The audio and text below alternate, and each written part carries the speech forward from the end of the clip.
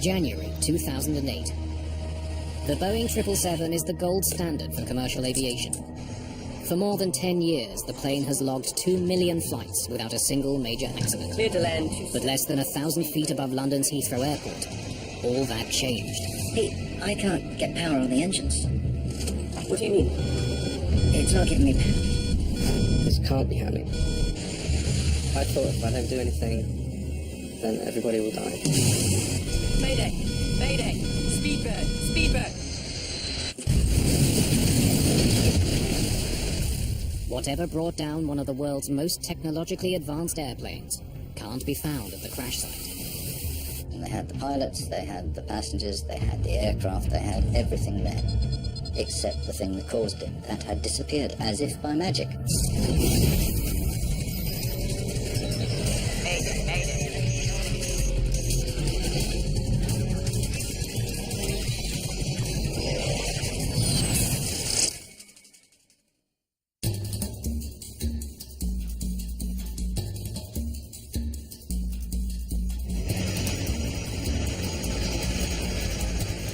British Airways Flight 38. A 10.5-hour journey from Beijing to London. Captain Peter Burkle has made this trip many times before. I was operating that route a lot. It was one of my favourite flights because it was daylight. You could see the views the whole way along the route. Burkle and First Officer John Coward both have thousands of hours flying the 777 under their belts.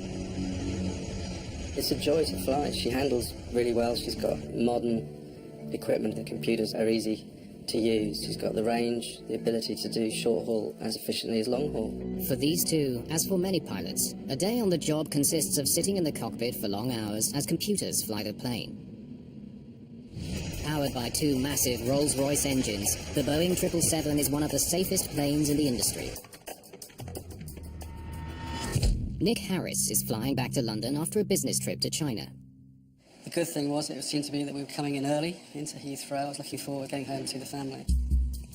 Flight 38's destination is Heathrow Airport, one of the busiest international airports in the world. Nestled in the southwest corner of London, it's bordered by the A30 motorway. People who live in the nearby neighbourhood of Hounslow are well accustomed to the sound of jets taking off and landing.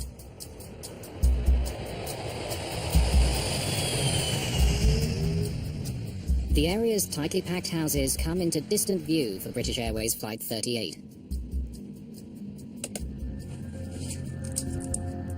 The autopilot is in control as the crew lines up with runway 27 left. As it nears the ground, the plane is buffeted by some high winds. Just a little turbulence. It's the first wrinkle in an otherwise smooth journey.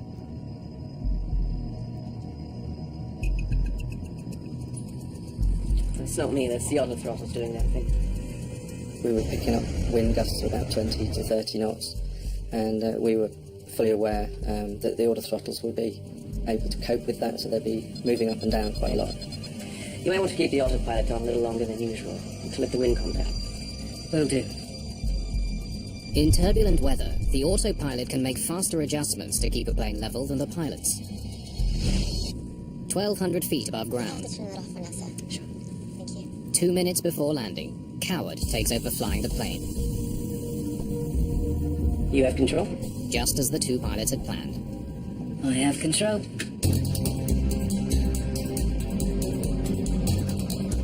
I had a few seconds to spare before clearance to landing, and I was just tidying up my map charts. Speedbird 38, prepare to land 27 left. Clear to land 27 left, Speedbird 38. I remember looking out to see if our gate was available. 500 feet. 500 feet. Stable? Well, sort of. Suddenly there's a problem. Hey, I can't get power on the engines. It's not giving me power. What's going on? What do you mean? I was looking at the engine instruments, and they didn't make sense to me because we were asking for full power, but the engine instruments were not giving us any power at all. What's going on? Flight 38 is crippled in the worst way imaginable. Well, it looks like we have double engine failure. With neither engine providing enough power, the jet won't make it to the airport. With 152 people on board, Flight 38 is falling toward London with only seconds until it hits the ground.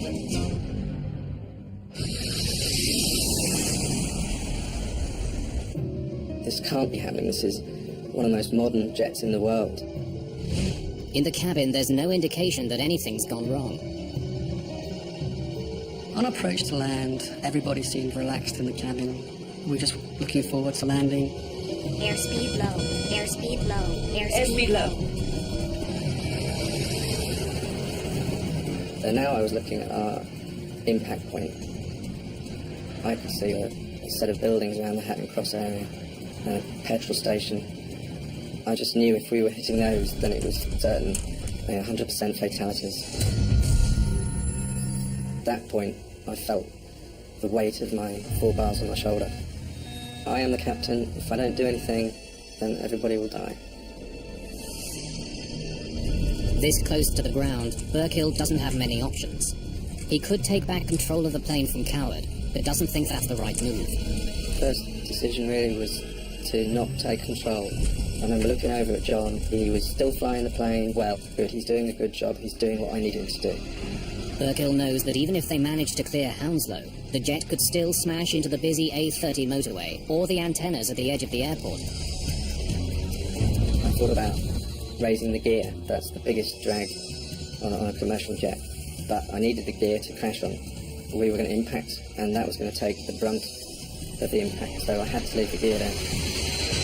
With a crash imminent, Burkill has only one move left, but it comes with enormous risk. I knew I had about 15 seconds to make a huge decision. I needed to get past those buildings. It was obvious to me that I needed to raise the flaps. Retracting the flaps will reduce drag, but also lift. The plane will fly further, but drop faster. Burkill must determine which is more important. I wanted to discuss it with the crew, but this was all in a matter of seconds. I remember holding that lever for a fraction of a second. He hopes this move will help his plane avoid catastrophe. The effect was immediate. Now Burkill makes the announcement every pilot dreads. Mayday! Mayday! Speedbird! Speedbird! It was hard, very hard. I remember a couple of impacts and the noise. The landing was hard. Just a huge bang. The noise, bits falling off the ceiling. Then I also became a passenger because we were now in an uncontrolled aeroplane. We were sliding along the ground and I didn't know what we were going to hit next. And then I thought about my wife and kids and I said goodbye to them. The lights went out. I could hear the wreckage breaking up. And then we stopped. When we actually stopped, I was surprised that I was still there. And then I looked around the flight deck and I was more surprised to see that all three of us were unscarred.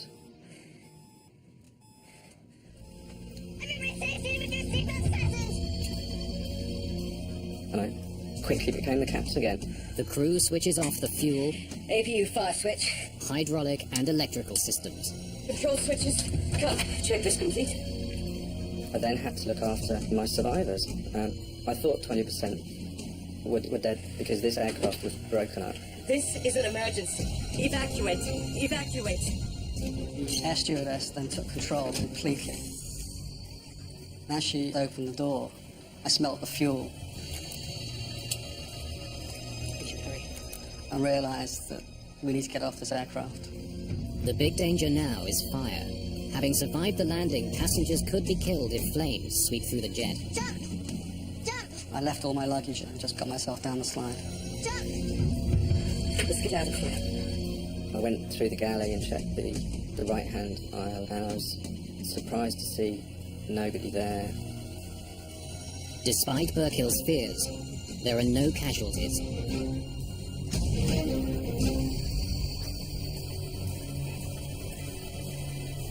Outside in the cool January air, the scale of the disaster is clear. The right wheel had actually been ripped off during the impact. The engines were just sad. They were all ripped apart. The cowlings were ripped off, and the engines were half buried. It wasn't an aircraft anymore. I now start to realise that we'd been involved in a major accident. I saw the damage to the undercarriage and to the wing. The plane narrowly missed the A-30 and the antennas at the foot of the runway. It could have been total devastation. If the impact had been on anything other than soft mud and grass, the likelihood of a fire was immense. Given the amount of damage, it's incredible that only 47 people were injured. I felt quite lucky that I was still alive. It was quite a surreal feeling.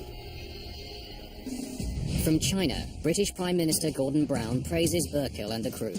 I think it's right to pay tribute to the calmness and professionalism of the British Airways staff, the captain, Peter Burkill, for what he achieved in engineering a landing that protected lives. Investigators have some early hunches about what caused the engines to fail. They also have plenty of clues, but a key piece of evidence is already missing. Heathrow's emergency planning swung into action. The crash of British Airways Flight 38 dominates the news. It's the most serious accident at Heathrow in 30 years. Heathrow Airport is a very busy airport. It is the main airport in the UK, so anything that happens in Heathrow Airport immediately hits the media. More significantly, the 777 is one of the world's most modern and reliable jets. The accident unsettles the airline industry. The 777 is as safe as an aeroplane can be. It had such a superb safety record. What on earth happened? You don't like not knowing whether it might happen to the rest of your fleet. Investigators quickly arrive on the scene. Phil Slight is the lead engineer for Britain's AAIB, the Air Accidents Investigation Branch. When you first approach an accident site like this, the first thought you've got is, where do I start? The plane landed about 1,000 feet short of the runway. The landing gears pushed up through the wings. The nose landing gear collapsed. Just hours after the crash, investigators interview the crew. Captain Peter Burkill has a first-hand account of what happened. I think I wanted to talk about it because I knew of the innocence of the whole crew. This isn't our fault. We didn't do anything wrong. But the engines weren't giving us any more power. Well, it looks like we have double engine failure. We tried to give them more power manually. There was nothing. Burkill explains that something had caused both of the jet's Rolls-Royce engines to roll back at the same time, robbing the aircraft of power. Acceleration on both. When you hear something of a double engine failure, you start looking at what's common. What could cause both engines to fail at the same time? So our first thoughts were that it may have run out of fuel. A fuel shortage is rare, but it has happened before. In 1983, a Boeing 767 ran out of fuel flying over central Canada. A mistake in converting between metric and imperial measurements left the plane with much less fuel than the crew thought. At 26,000 feet, they lost power to both engines. The captain was able to glide the plane to a safe landing at an abandoned airbase. In the case of Flight 38, this theory is immediately questioned. Jet fuel has a certain odour. Anyone who has worked with an aircraft will know the distinctive smell of Jet A1 fuel.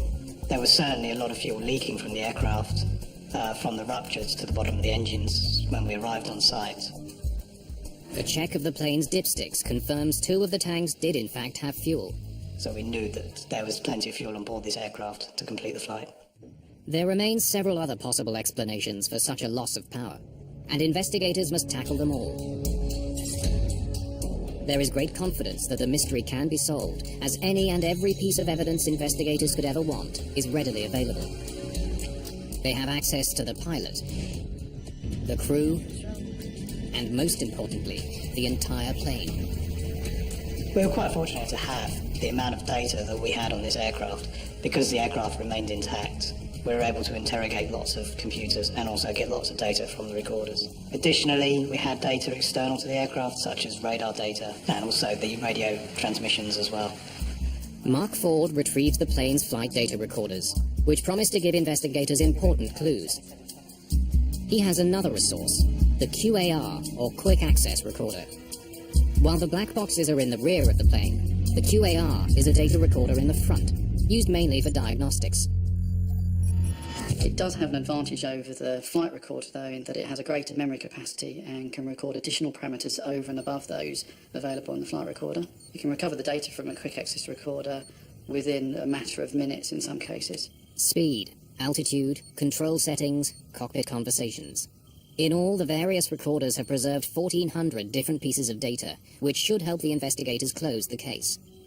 But when they study the QAR, what they find is chilling.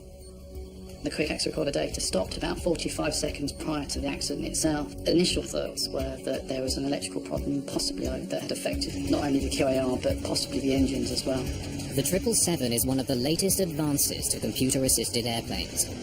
Pilots don't directly control the plane. Instead, their inputs are sent to a computer. Those signals are then relayed to the engines, flaps, and other systems on the aircraft. Pete, I can't get power on the engines. A massive failure of the plane's information systems could explain why the engine stopped working. Perhaps the computers that control them froze.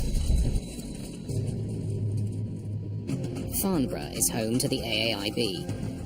The flight data recorder has been sent here for analysis. An electrical problem would be recorded on this device. But interpreting the information will take some time. Time investigators don't have. There are hundreds of 777s landing every day. They need to find answers before whatever brought down Flight 38 strikes again. While they wait, authorities turn their attention to the fuel recovered from the ruined plane. A bad batch of fuel could have deprived the aircraft of power just when it needed it most. Well, fuel can be contaminated in many different ways. It can be particle contamination, it can be biological contamination, and they can get into filters to restrict the flow. We took several samples from various points within the fuel system, so not only from the fuel tank itself, but also from remnants within fuel lines and also within various fuel components. We managed to trace the fuel back through the documentation to a shipment of Jet A1 which came from South Korea, and that was shipped across in a tanker to China and was then transported by pipeline to Beijing Airport. We compared it with over 1,200 other batches of fuel in the UK, and it came out to be very good.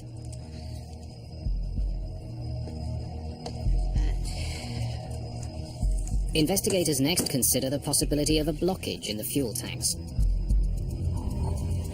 They discover some bizarre evidence. Several small pieces of tape are recovered, along with something else. When we were in the fuel tanks, we did find a few small articles. One of them was a red scraper. The items were likely left over from when the plane was built 7 years ago. But while they're peculiar, there's no indication that any of them played a role in bringing down the plane. Obviously, it's not ideal to find anything within a fuel tank. We obviously looked to see whether this would have had an effect on the fuel flow to the engines. The items were so small, they would not have caused a restriction. As the search for answers continues, a puzzling find surfaces. Less than 3 years before the Heathrow crash, another 777 suffered a serious mid-air problem. After taking off in Perth, Australia, a Malaysian passenger jet was climbing through 38,000 feet, when suddenly the plane's autopilot pitched the nose up and climbed steeply. Calamity was only averted when the pilot took manual control of the jet. They did manage to get it safely back to base. The investigators established that this was a computer problem. British aviation authorities consider that the electronic brain of one of the world's most reliable jets might be faulty. The Malaysian Airlines aircraft was really quite an unnerving one. The investigators sort of pulled out the files on it and started looking over it to try and get some clues. Did we have a problem with the electronic control system, causing the engines to roll back? If flaws are found with Flight 38's computers, it means 777s around the world could all be disasters in the making. This thought hangs heavily over the industry. When the readout of the plane's flight data recorder is conducted in Farnborough, investigators learn that the crash could have been much worse. There was very little they could actually have done. It looks like we have double engine failure. There was only 30 seconds between when they were fully aware of what was going on. Airspeed low. And the accident was inevitable. Records show that soon after the engines failed, the plane started falling faster than 1,800 feet a minute, a very steep descent. But lack of power was only one factor working against the crew. They had extended their flaps on descent. It helps control the plane at lower speeds by increasing lift, but the extended flaps create drag, which slows the plane down. It takes more power to keep the plane flying with a wider wing. Airspeed low. I needed to raise the flaps. I knew that by raising it one notch to flap 25 would be the right thing to do. To reduce the drag, that's what I had to do. Now, what he did here gave them a few extra feet. Had the flaps been left at flaps 30, the aircraft would have struck the ground just before a set of ILS antennas. The plane then would have slammed into the antennas, sustaining even more damage and increasing the chances of serious injuries. For their efforts, Burkill and his team are considered heroes. Flying is about teamwork, and we had an outstanding team. There is no doubt. Without the flight crew's actions, Flight 38's landing would have been a catastrophe. Recordings. As they continue examining data from the flight data recorders, Continue right to the moment of impact. investigators are no closer to solving the case. Analysis of the flight recorder didn't identify any particular fault with the aircraft electrical system that would have resulted in both engines rolling back. They are at least able to determine why no data was found on the quick access recorder for the last 45 seconds of the flight. It's not an electrical fault as they first feared. The 45-second delay in the QAR recording was a result of the fact that the QAR doesn't record in real time. It buffers the data and then will record approximately 45 seconds later. With all the information from the plane's various data recorders now collected, investigators have a precise picture of what happened. The jet was on the proper course as it made its approach to land, when things went horribly wrong. At 720 feet, the right engine rolled back. 7 seconds later, the left engine rolled back. The autothrottle attempted to command greater thrust. It's not me, that's the autothrottle. But the engines didn't respond. I can't get power on the engines. While electrical and computer problems are ruled out as causes of the crash, the flight data recorders do point investigators to the likely source of the problem. The two most significant parameters from the quick X recorder were the fuel metering valves. Both those valves indicated that they had opened to their fully open position. The plane's computers were calling for as much fuel from the tanks as possible. The valves were fully open, but not nearly enough fuel was reaching the engines. A plane with plenty of fuel and a working computer system still crash-landed, and investigators can't determine why. They focus on the weather on the day of the accident. It was a very cold air mass over Siberia, so we were aware of the cold conditions, but the flight was expected to be smooth and also quick. The plane's path took them high over Russia. The outside temperature went as low as minus 74 degrees centigrade. It's a potentially dangerous temperature if not monitored closely. The cold air masses, you have to be very aware of the fuel temperatures. When fuel starts to freeze, it produces wax. As the fuel temperature drops, the wax becomes greater within the fuel itself, until it comes to a point where it can no longer flow. We have a fuel temperature gauge on the flight deck, which is monitored at all times, and I personally look at that every time I do a fuel check, which minimum is once an hour. Basically, you don't want to get it below minus 34 degrees centigrade. While they were cold, the temperatures never dipped into the danger zone where the fuel could wax and clog the system. And the fuel temperature increased significantly as the jet approached London. We were coming through 20,000 feet, and I remember seeing minus 20 degrees centigrade, so it had already started to warm up. Another potential cause of the crash is ruled out. Investigators are now running out of possible explanations. And the expectation from the media, and also from aviation experts, was that we would have the answer within days. But there was no comment today about the ongoing investigation. It very quickly became apparent that that would not be the case. They had the pilots, they had the passengers, they had the aircraft, they had everything there. except the thing that caused it. That had disappeared, as if by magic. Despite mountains of data and physical evidence at their disposal, investigators are still unable to say what caused the crash of a British Airways 777 at Heathrow Airport.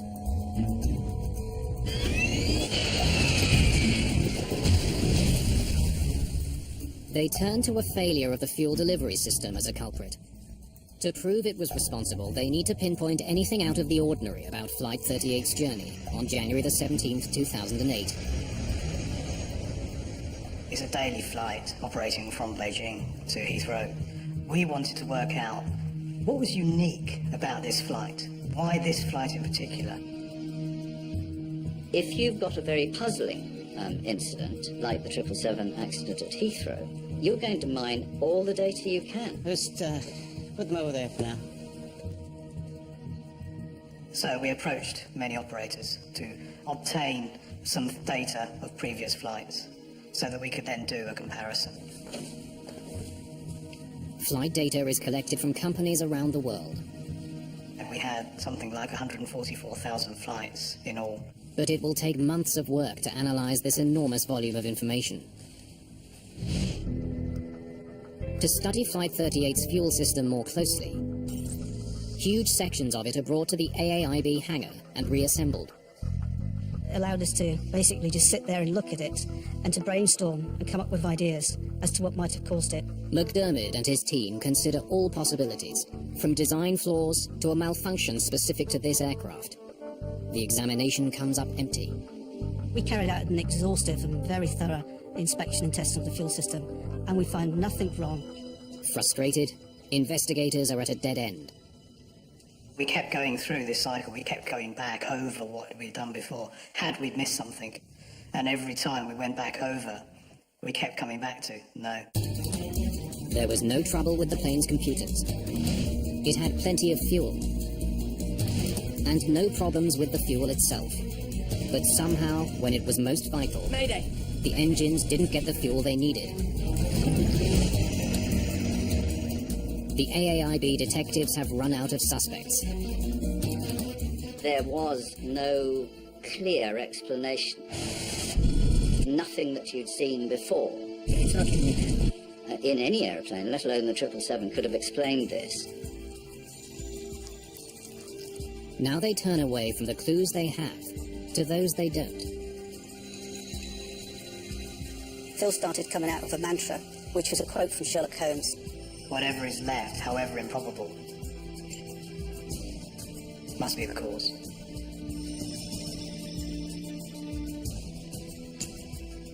Has to be. In this case, we always kept coming back to what's there, what could have been there that's not there now. And we come back to ice. Suspicion that the cause of the accident was ice grew stronger and stronger. But investigators are faced with a nearly impossible task. How can they prove that ice had brought down the plane when the evidence they need would have melted by the time they arrived? 3 months after the crash, Brian McDermott flies to Seattle to work with engineers at Boeing, the company that built the 777. If ice brought down Flight 38, they need to prove how and why. We took the pipes from the right side of the fuel system, and those pipes and those couplings were used on the test rig at Boeing. Ice in the fuel lines has long been a concern for jets of all kinds. But decades ago, engineers found an ingenious way to deal with the ice forming in the fuel of passenger jets. The heart of the system is the fuel oil heat exchanger, or FOHE. Cold fuel runs through thin tubes, which are surrounded by the hot oil used to lubricate the engines. The purpose of a fuel heater is to heat the fuel up to prevent icing of the delicate fuel control system. The FOHE is designed to prevent exactly the problem investigators suspect crippled Flight 38. But it's also a potential bottleneck in the system. During the fuel testing, we were looking to establish where we could get a restriction that would restrict the fuel flow to 6,000 pounds per hour.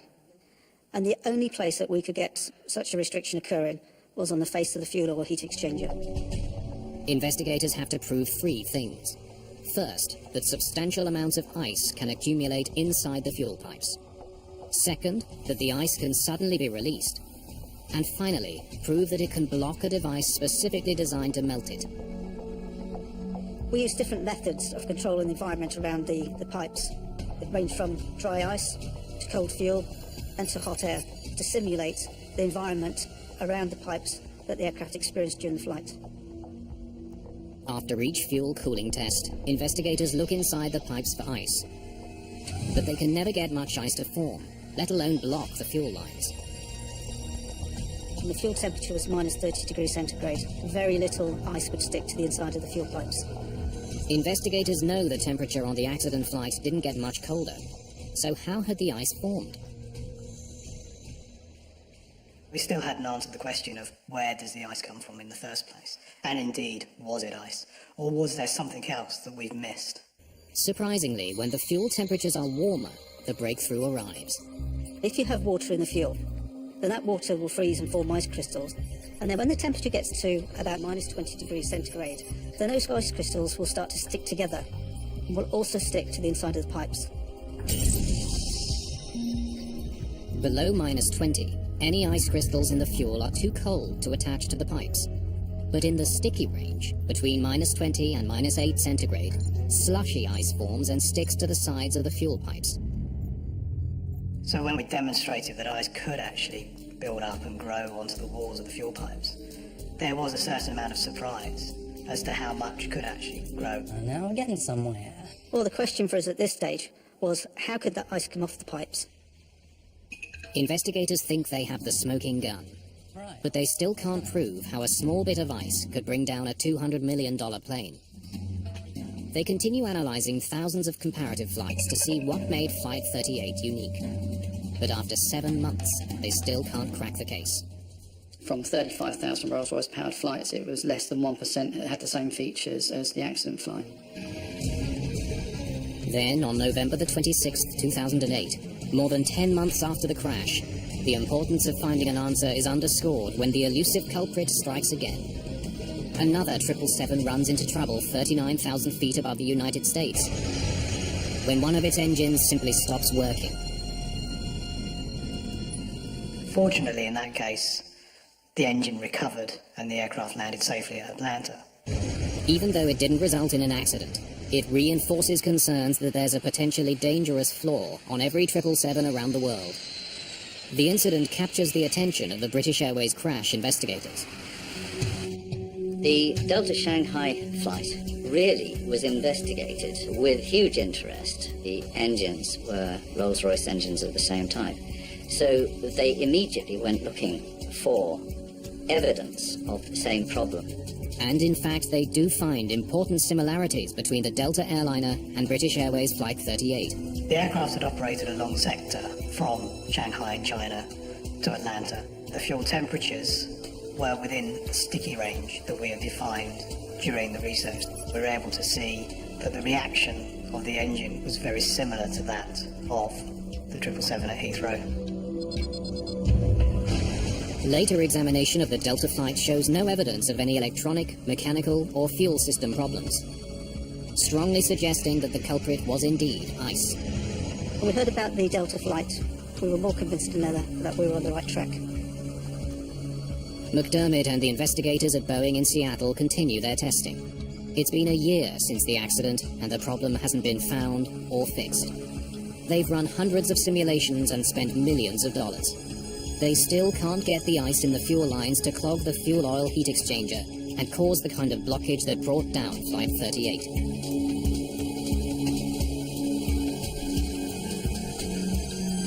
We came to a stage where we had not actually come up with what had caused this accident. At this time, the media and also the general public, there was a bit of unrest as to why we had not yet come up with an answer.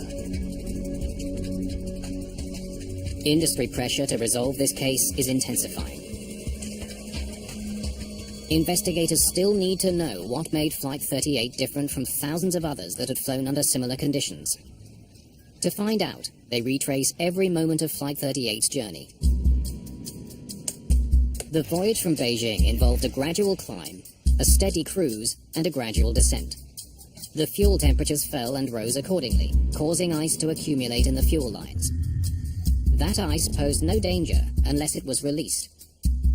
Now investigators study the fuel flow and find that it was kept steady for most of the flight. The autopilot maintained constant speed and low power for hours, never demanding an abrupt increase in engine power until just before they reached the runway. The approach into Heathrow was quite a turbulent approach, and the engines were demanding various levels of thrust power. It's not me, that's the other throttles doing that thing. And there were 4 changes in fuel flow, one of which was a very high fuel flow of around about 12 to 13,000 pounds per hour demanded. A closer review of the American Delta flight reveals that its engine rolled back under the same circumstances, a sudden demand for power after a long period of consistent speed. Investigators are now set to duplicate these precise conditions. They hope that by reproducing the moments just before landing, which was the only part of the flight where the crew suddenly required more power, they may finally get the answer they're looking for. The problem that we were looking at is very, very difficult to replicate. And during what was one of the last tests, we actually managed to get all the elements together. After simulating running engines at constant speed, investigators increased the power. We allowed the ice to accumulate for 3 hours, and then the flow rate was increased. What happens next breaks the case wide open. In Boeing's Seattle lab, investigators' sudden demand for more engine power causes the fuel pressure downstream of the fuel oil heat exchanger to drop dramatically. And when investigators examined this vital component, we then saw that ice had formed across the face of it. soft ice that had formed deep inside the fuel lines broke free when the pressure was abruptly increased. It restricted the flow of fuel to the engines. Investigators have finally found the Achilles heel hidden deep inside the 777. The tubes that bring the fuel through the FOHE jut out just above the container of hot oil. It's just a few millimeters, but was enough to prevent the ice from coming in contact with the hot surface below and melting. Now, the ice doesn't totally restrict the fuel flowing through it. It has some porosity, so the fuel will continue to flow through. But the flow rate is much lower than it should be. In all of the tests, only one gave investigators the result they were looking for, the one that exactly matched the journey of Flight 38. While the plane flew over Russia, water in the fuel turned to ice. At -20, it began to build up along the inside of the pipes. The steady speed of the aircraft ensured this accumulation was never interrupted. Then, as the plane approached Heathrow, turbulence resulted in the first demand for power since much earlier in the flight, and things cascaded into a serious problem. You might want to keep the autopilot on a lot than usual. The gushing fuel washed the ice through the fuel system until it built up against the face of the FOHE, with disastrous results. Pete, I can't get power on the engines. It's not giving me power. Facing a threat no one knew existed, Mayday! Speedbird! the pilots didn't have a chance to solve the problem.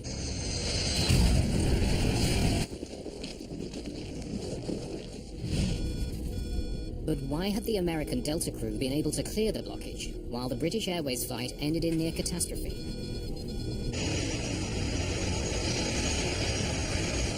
It's discovered that after just a few seconds of reducing engine power to idle, the blockage in the FOHE clears. But this maneuver was not available to the British Airways pilots because they were so close to the ground. Soon after the Seattle tests, Rolls-Royce redesigned the fuel oil heat exchanger. So what Rolls-Royce did was to actually remove those protruding tubes so you now have a flush face.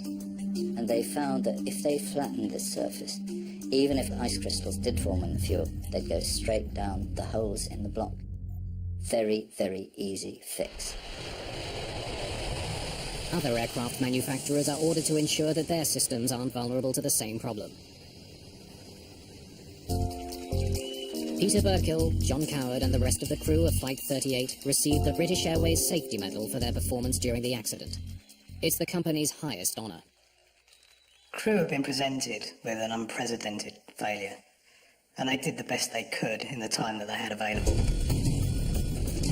The crew did as good a job as they could, and since they really only had about 30 seconds to think about what they were going to do about this, they couldn't have done any better than they did. The ice that brought down one of the world's most sophisticated airplanes was gone by the time investigators showed up. Weird thing about this investigation was that the culprit had fled the scene. The inquiry into what happened consumed thousands of hours of manpower and cost millions of dollars. These people really pulled out the stops to find out. And the reason? We have to know. With unrelenting diligence and a little inspiration from Sherlock Holmes, the mystery was finally solved. Whatever is left, however improbable, must be the cause. Brand new air crash investigation is back next week with the story of the pilot who landed in New York's Hudson River. Stay tuned for more drama in the skies.